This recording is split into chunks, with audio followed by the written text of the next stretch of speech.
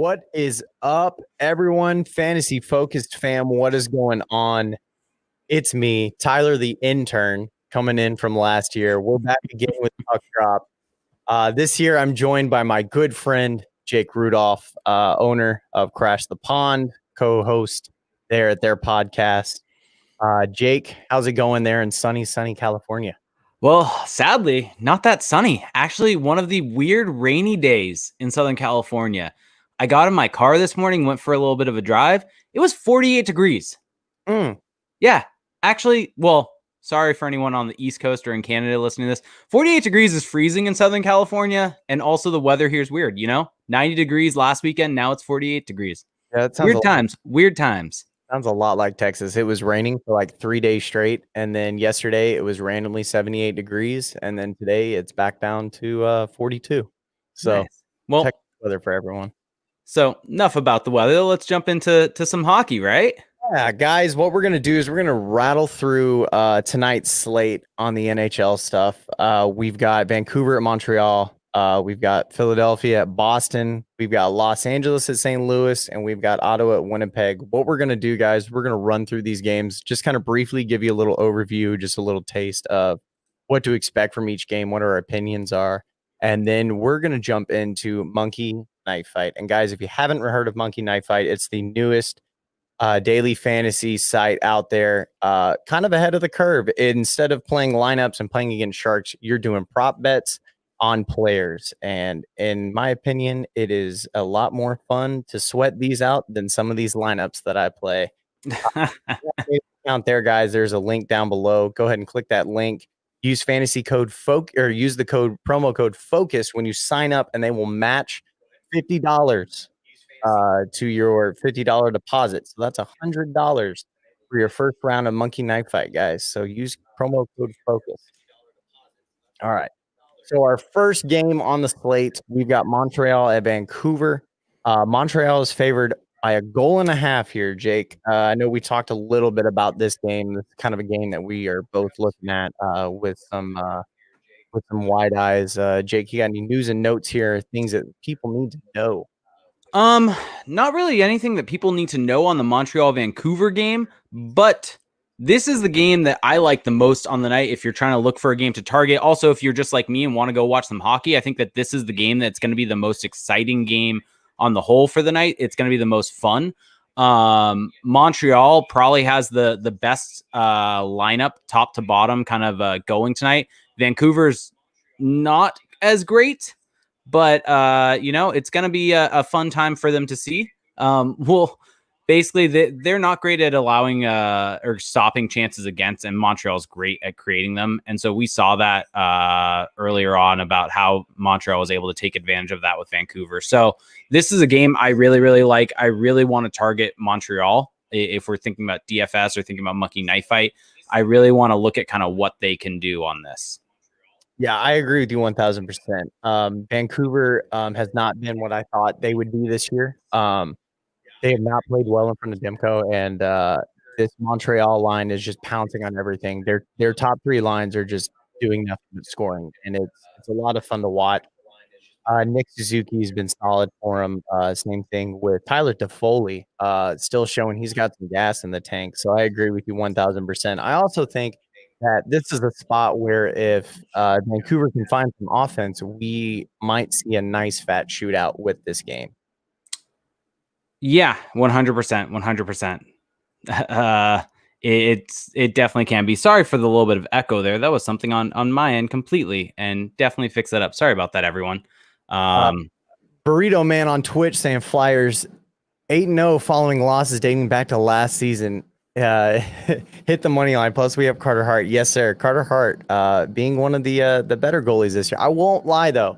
Philadelphia has not convinced me otherwise. I'm still waiting to see a little bit of what they can do once we get a larger sample size. Yeah, Philadelphia, I'm not as sold on them yet this year if you're looking at kind of expected goal totals. And so for anyone out there watching this, I'm huge into advanced stats. I didn't really put that in at the top, but I'm a big believer in expected goal metrics and looking at shot attempt metrics.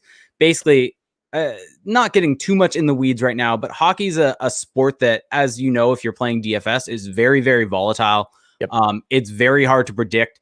A fourth line could win you the night if they somehow go off. But what you're trying to do is you're trying to make some educated guesses, some predictive models, some things like that you can be able to glean something, get leverage, find an edge that you can use. And I think looking at advanced stats is one of the ways, because expected goal models, especially looking at expected goals for, can show you, hey, here's this line that may not have scored a bunch yet. They may not have any points, and they may be awful in terms of DFS right now, but they're generating a bunch of chances, and that actually might be able to lower their price because they haven't scored.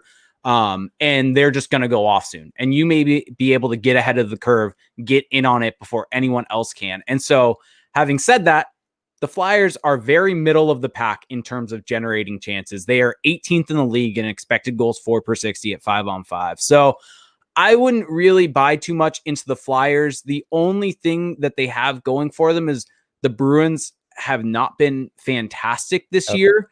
Defensively, they're okay. They're let me see right now as I look this up. The Bruins are, I believe, middle of the pack. They're 10th in terms of allowing chances against. So they're pretty solid. So I would try to stay away from the Flyers in this matchup. I'm not the biggest fan of their lineups. Their lines haven't really been generating that many chances for. I could be completely wrong, and because hockey's volatile, guys could go off and make me look bad saying this, but I would try to stay away from the Flyers. But if we're on this matchup, I actually like the Bruins side of this, surprisingly. Yeah, it's a nice leverage spot. I won't lie. Philadelphia in this matchup is favored by a goal and a half. And like Burrito Man is saying, losing Couturier does hurt, but that's going to slot in Nolan Patrick into that second line. And he's playing with Lindblom and Konecki, and Konecki's been pretty solid. TK's been, I think he's 5 on the year right now. I don't know off the top of my head. I can look it up. But Burrito Man also said that man was an expected goals god. Yep. Couturier, or expected goals darling. Yeah, Couturier was very good. And anytime you lose your top line center, it's going to cause a big hit, not only in generating expected goals for, but expected goals against. And so Boston's this weird team, though, where they've really struggled to score this year. I think they win a couple games without actually scoring a goal at 5-on-5, and we're really relying upon special teams play. But if you look at their on ice metrics, they're actually solid. They're 7th in the league in generating expected goals for. So if I were to target a side of this matchup, I would kind of be looking at the Boston side. And supposedly, or not supposedly, I would be looking actually specifically at Boston too. Boston 1 has weirdly not been great this year. Not having a Pastrnak has really, really sunk that line. Yep, but their second line of David Krejci, Jack Studnicka, and Nick Ritchie have actually been pretty solid for them. And their third line also of Charlie Coyle, Craig Smith, and Trent Frederick are solid.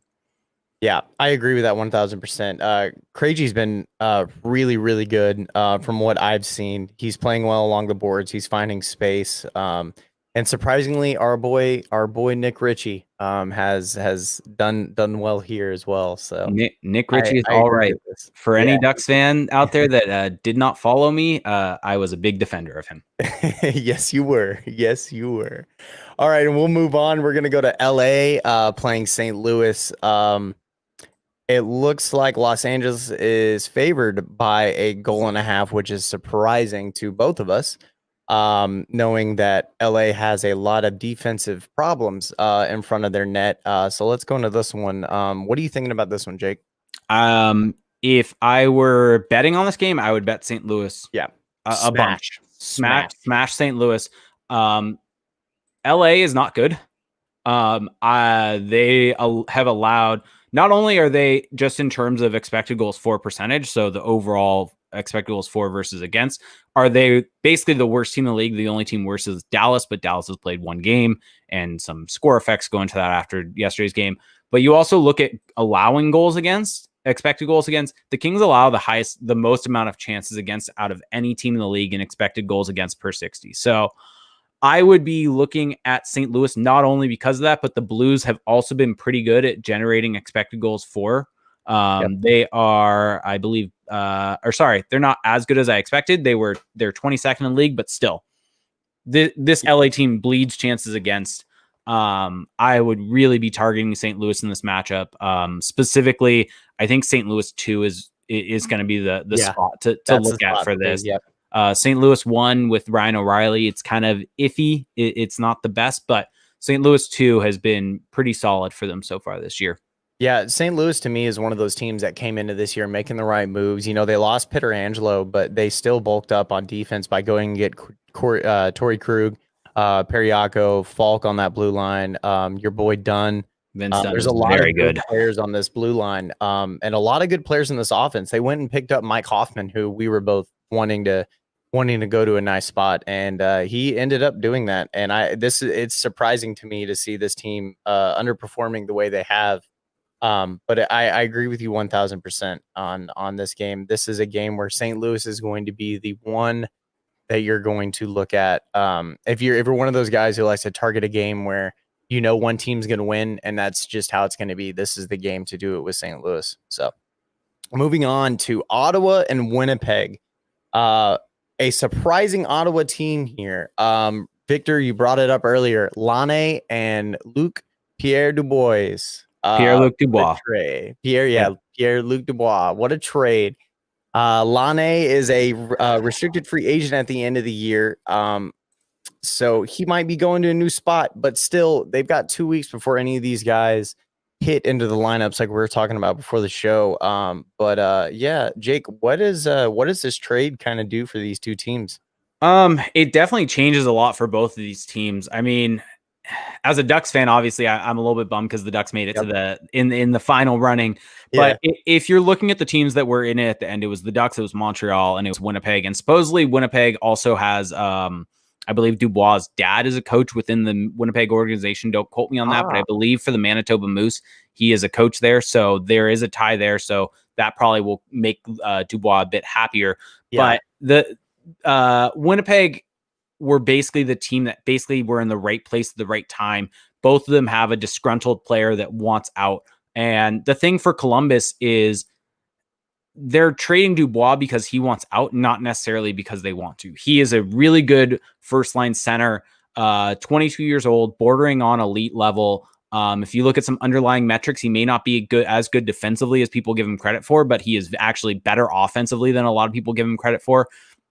And then you have Patrik Laine on the Winnipeg side, who, for all of his faults defensively, he can score 40 goals, and that talent cannot be taught, and that ability is just insane. And so you have these two talents, and you also factor in that they're both the same exact age. Actually, Laine was taken second overall in the 2016 NHL draft, right behind Austin Matthews. Pierre-Luc Dubois was taken third in that draft. And so you have Winnipeg probably wanting someone that would have filled their role to not only compete now, but also compete long-term.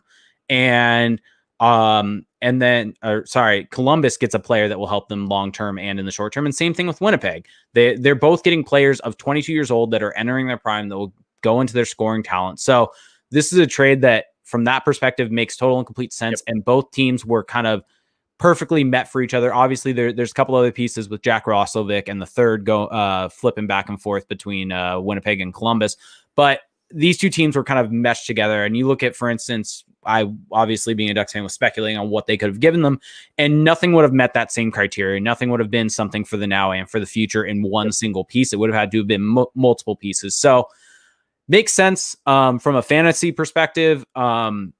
It's going to kind of be weird. I think Winnipeg actually is going to, from a fantasy perspective, look a little bit better with Pierre-Luc Dubois coming into their lineup. You now have Scheifele and Dubois as your top two lines. You're going to be able to have Pierre-Luc Dubois with either Nick Ehlers or Kyle Connor or potentially Blake Wheeler, depending on how you want to do it. So there's a lot of talent he's going to be playing with, whereas Patrik Laine, while he has elite goal scoring talent that can come out of anywhere, I'm not quite sure who he's going to play with. I'm looking at the Columbus lines right now, and I agree with you. You might want to put him with the speedy Cam Atkinson on that top line with Max Domi, but putting him with Borkestrand too, both of those players like space, and that might be a good two-line fit for him too. Here's the slight issue here is that while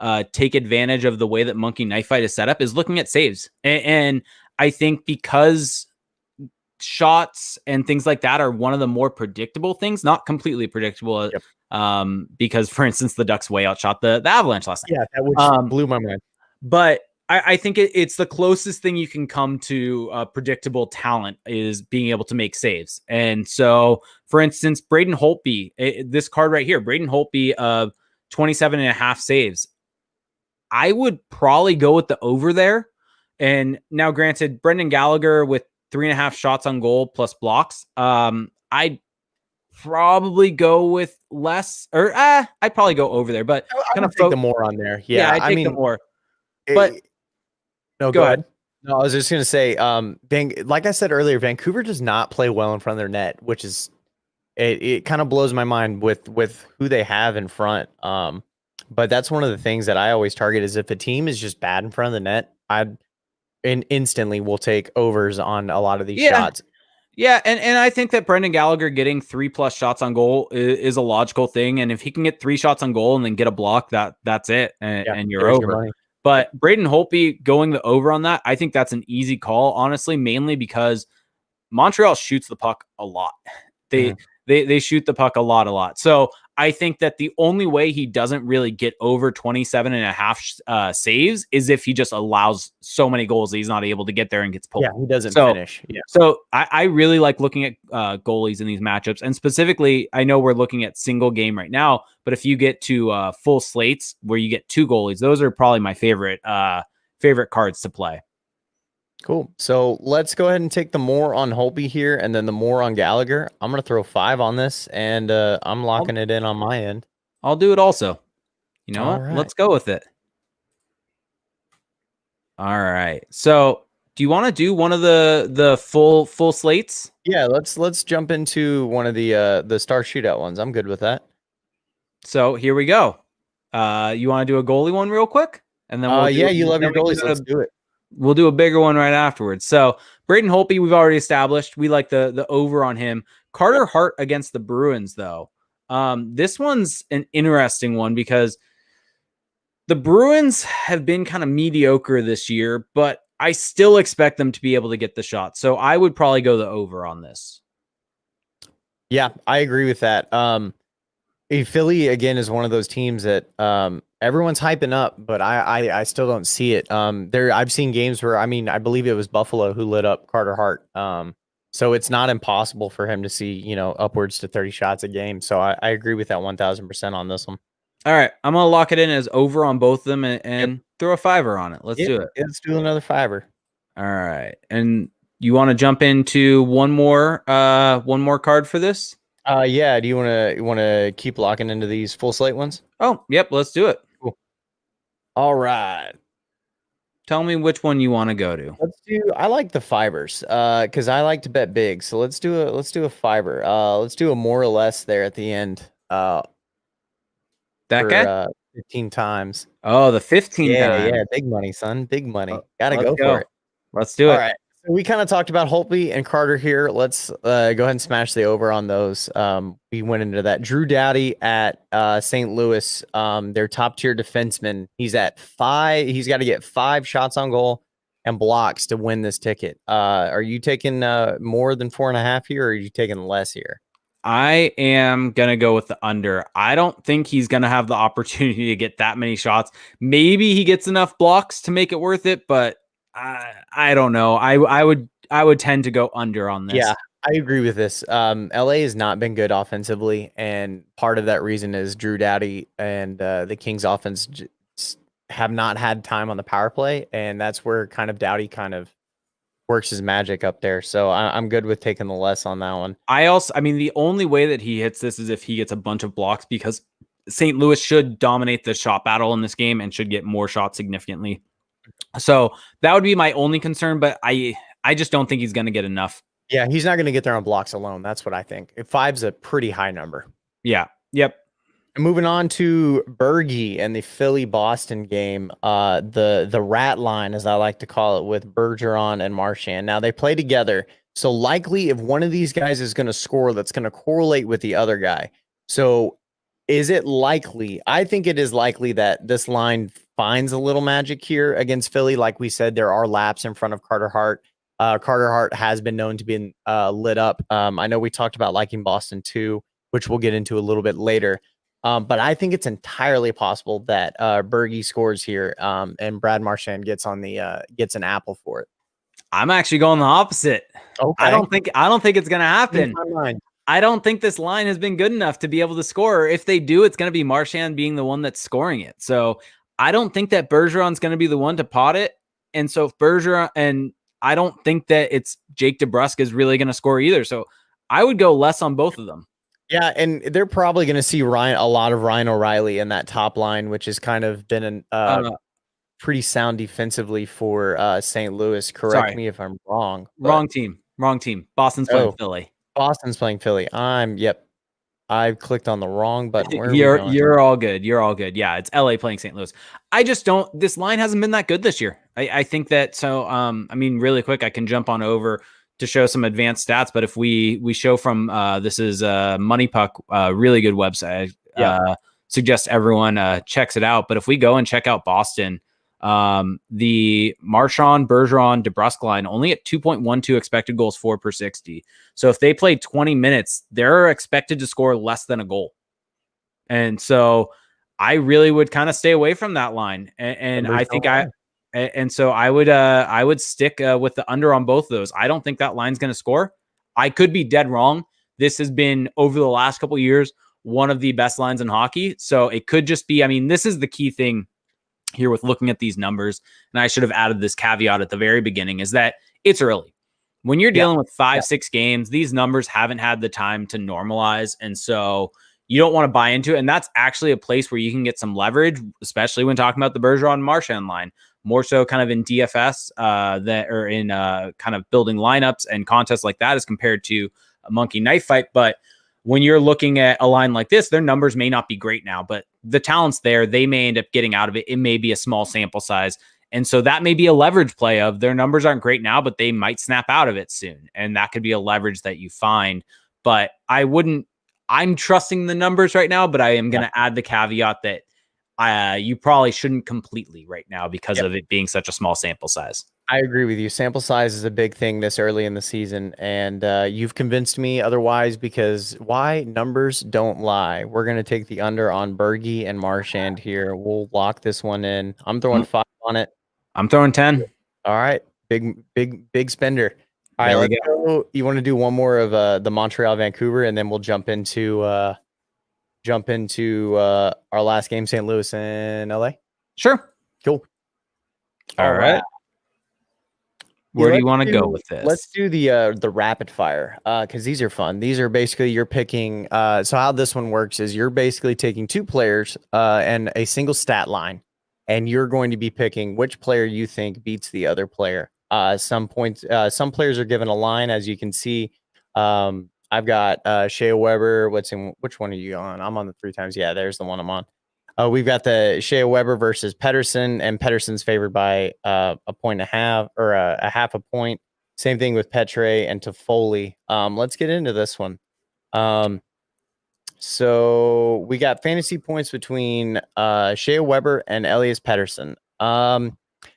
This one's tough, but I'm going to lean Weber because I don't think that Vancouver gets it going this game. As much as I want to advocate for this offense, I think this is going to be a game where Montreal, who has dominated so far in the series, does what they do and dominates again. Yeah, and this is a situation where the Elias Pedersen line has not been that good so far this year. And so the Horvat line's been the one that's carrying Vancouver. So I would agree with there. Go with Shea Weber. Shea Weber gets a lot of shots, block shots also. So if you can get assists in there, that really makes this an easy call. The only hard thing when you're comparing a D to a forward is that forwards are more likely to score points than defensemen are. But I think Shea Weber's a pretty safe play here, honestly. Correct. And then we've got Jeff Petrae versus Bo Horvat. Now, Bo Horvat just likes to mess with me every single night that I play him. I will say he's going to do one thing, and he does the complete opposite. So my gut is saying Bo Horvat is the pick in this situation. I know doesn't Petrae work on that second Yeah, power play unit? that's the only concern, but I think that Yeah. this is a situation where the Bo Horvat line has been good so far for Vancouver, and so I I agree think 1000%. I think that even though I like the Montreal matchup here, I think if you have a line that's going, I still would tend to favor the forward over the defenseman, even with the half fantasy points bonus towards Jeff Petrae. So I'm going to go with Bo Horvat. Yep. And then we'll slide in. This one's an easy one. You've got Quinn Hughes with Tyler Toffoli, but I'm going to go Tyler Toffoli. Toffoli's been hot. He's been red hot. He's been absolutely dominating this Canucks team. And it's easy. That's an easy slam there. Easy. So I'm going to throw a $5 on this. $5. Let's lock it in. All right. Now let's move to our bully game as we want to beat up on the LA Kings here with St. Louis. Where do you want to go from here, Jake? Let's do one. Let's just do a rapid fire. Rapid fires are my favorite. I like pitting two guys against each other. Maybe it's the competition aspect of it. Gets it going a little bit, forcing you to pick one or the other. I feel that. All right. So I've got the 4 times rapid fire open right now with fantasy. That's the one I've got. I like the 3 times or the 5 times you're buying there. All right. So we got Anze Kopitar with Colton Parayko on fantasy points. I'm gonna lean Parayko here. I know we were talking about we want to beat up on the Kings, but Parayko is pretty sound. He does a lot two-way wise. He does a lot of shots on net, and he's plays well in front and gets his blocks. So I'm leaning Parayko here. How are you? Yeah, I mean I would take Parayko here. Especially with the bonus points. I mean, this is the center defense situation, but I think Parayko's gonna get some power play time. He gets enough shots. I would probably go Parayko. I just don't know what LA is going to do in this game. They've surprised me with being able to score early on in the season, but I don't think the Kopitar line has been a big driver of that. So I would probably go with Parayko here. The Kopitar lines also towards the tail end since their cups has been really a kind of a shutdown line that just plays top tier, top minutes. So I agree with that 1000% going with Colton here. Next, we're going on to the ghost of Jeff Carter versus Ryan O'Reilly. This one's tough because Jeff Carter has been shooting the puck pretty well as of late. But I think I'm still leaning Ryan O'Reilly here. Ryan O'Reilly weirdly has not had a great start to the year. And you know what? I'm going to just go with a little contrarian here, and let's just go with Jeff Carter. Okay, I mean, like I said, this one's kind of a toss up for me. So, like I said, Jeff Carter's been playing well, and I think if I'm correct, that's the line that's really been giving LA the little bit of offensive jump they've had. If I'm right, I will double check that for you. You know, let's see where that line's been. So in terms of actually, I mean, it's only been one game, but Kopitar, Iafallo, Kempe was really good in their one game. So maybe we're a little bit off there, but overall, Iafallo, Kopitar, Brown has been the majority of it. And sadly, actually, I'm going to swap this, looking at these numbers. I am not digging Carter right now. I mean, 0.55 expected goals for per 60. So not exactly generating a lot of chances there. So I'm going to swap actually back to Ryan O'Reilly. I convinced myself out of it looking at that. And like I said, numbers don't lie, and that's why I brought you on here, because you run the numbers, and you're better with those than I am. All right, so we're moving on to Tory Krug versus Dustin Brown. We were just talking about Dustin Brown here. Do you think the Bruins or the Blues quarterback of that power play tops the? Yes. I'm just gonna jump in. Yes, I'm going Tory Krug. All right, I'm with you. All right, and I'm gonna do a twofer on this. Twofer, let's do it. All right. Okay, so we got a little time here. Let's move into some just DFS talk for other sites going DK, Yahoo, stacks we like, things like that. So bring up your numbers there, Mr. Numbers Man. So what do you like going into tonight, Jake? I really want to target Montreal. Specifically, I mean, you look here, they may not get the most minutes, and that may be the only way that they get outproduced by another Montreal line. But if you're looking for a value stack, if you're maybe trying to go with a high price stack on tonight's game, maybe you do want to get Bergeron and Marchand. Maybe you do want to go for higher price stacks like that. Toffoli, Kotkaniemi, Armia were very, very good and generating chances. Tyler Toffoli has been very good of late in terms of scoring also. So you have the recent production that has happened, and you also have the on-ice metrics backing that up. So, I mean, I would smash basically any Montreal line in this game. I would do any of their first, second, or third line, and I would probably have decently even distribution before them or for all of them. But I really like this third line for them with Toffoli, Kotkaniemi, Armia. I mean, but having said that, I mean, you can also see Jonathan Drouin, Nick Suzuki, Josh Anderson, also that's very good line. Like. Yep. 3.48 expected goals for per 60. And then, I mean, same thing, Tatar, Dano, Gallagher, 2.77. So all these lines are generating a decent amount of chances per game.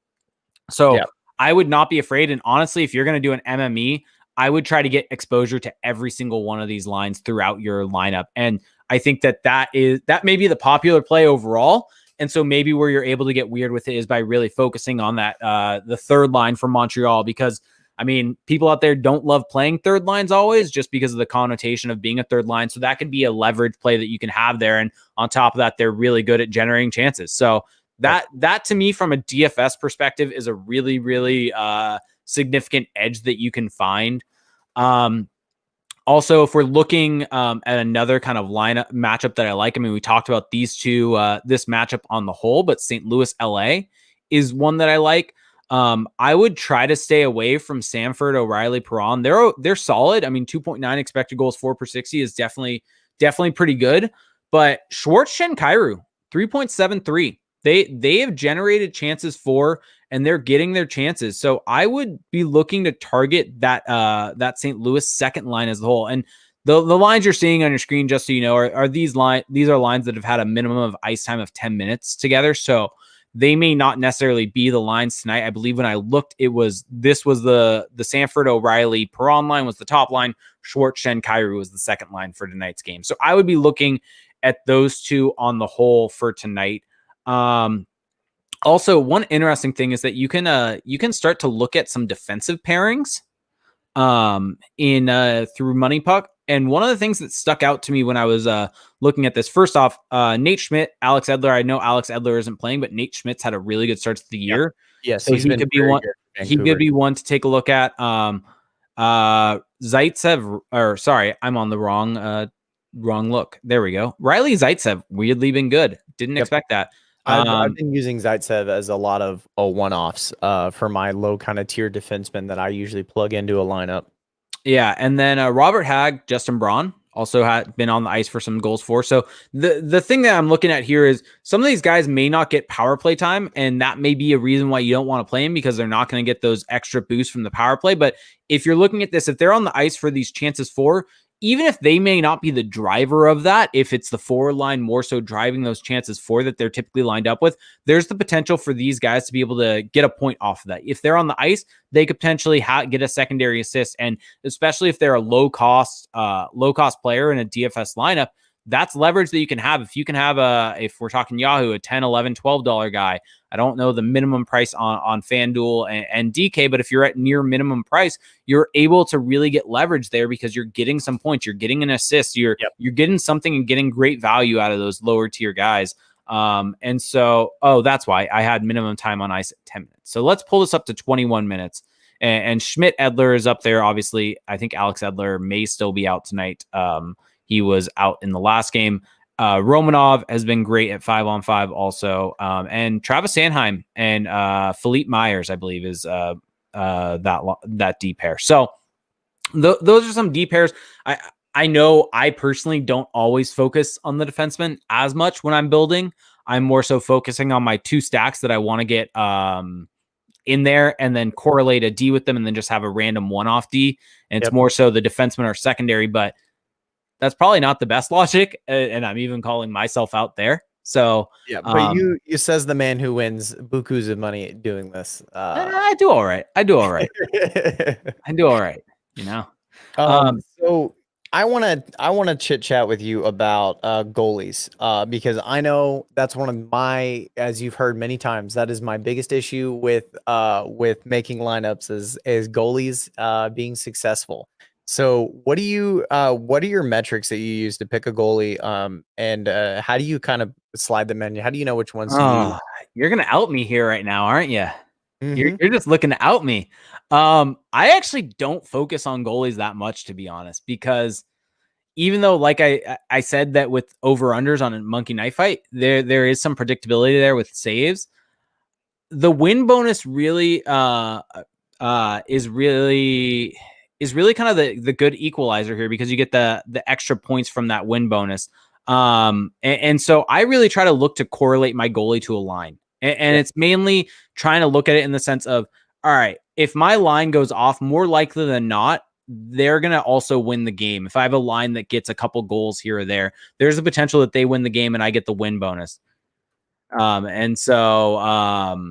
that's kind of what I'm looking for here, is that looking for essentially a goalie that's going to be correlated with a line that could get the win and get me that win bonus. Now, granted, you could have a goalie that is the goalie of the night. They get 30 saves or something like that, Yeah, 35, 40 saves. Yep. They go off and they still get the loss. They're the goalie of the night. But I'm looking for that correlation. I think that it gives you a unique build in some ways, because I think correlation's great in hockey, mainly because it adds some built-in uniqueness to your lineups. By doing that, it fits your lineups into these molds that kind of helps you, and so it kind of helps you in that aspect. So that's where I go with that. I don't really try to think too much or lose too much sleep on my goalies, to be honest.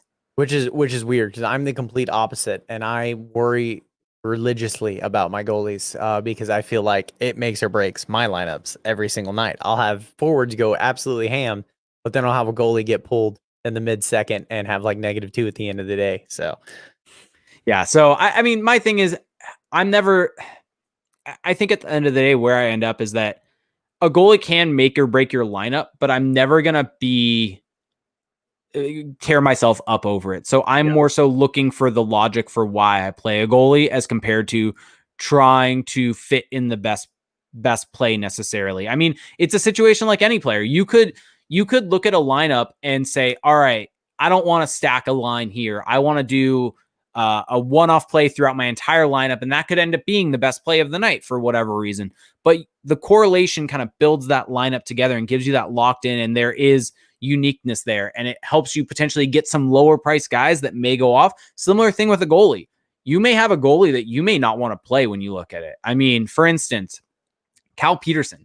I don't really want to play Cal Petersen tonight. I'm going to MME a little bit. I'm going to play the 5 cent 150 and on FanDuel tonight, and I'll probably get some Cal Petersen in my lineup. I'll probably get a little bit of LA, and by having that correlation, it creates that uniqueness there. And I think that personally, I like that's what I go for. I try not to really go too heavy on any goalie. It's honestly, for anyone out there that's new to NHL, it's kind of how I view and really plays football. It's kind of how I view playing defenses. I try not to overthink it with defenses and try to just kind of go with what makes sense. I think overthinking it can lead to your downfall. Yep, I agree, because I am a pure example of that, because I overthink goalies all the time. So I think we're gonna call it there, guys. I think this was a good talk, Jake. I think this is gonna be a lot of fun going into the future doing this with you, and hopefully you guys can win some money tonight. Is it legal to smack someone in the head with a stick? And the absolutely sadly, yeah, it's Absolutely not. Yeah.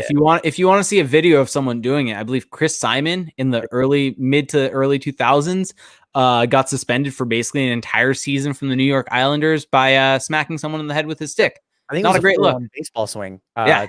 It was pretty brutal to watch. Yeah. But yes, Tommy, there's my boy there. Go Flyers. I agree. My number 2 team, go Flyers. Still got to show me more though, Gritty. You got to show me more.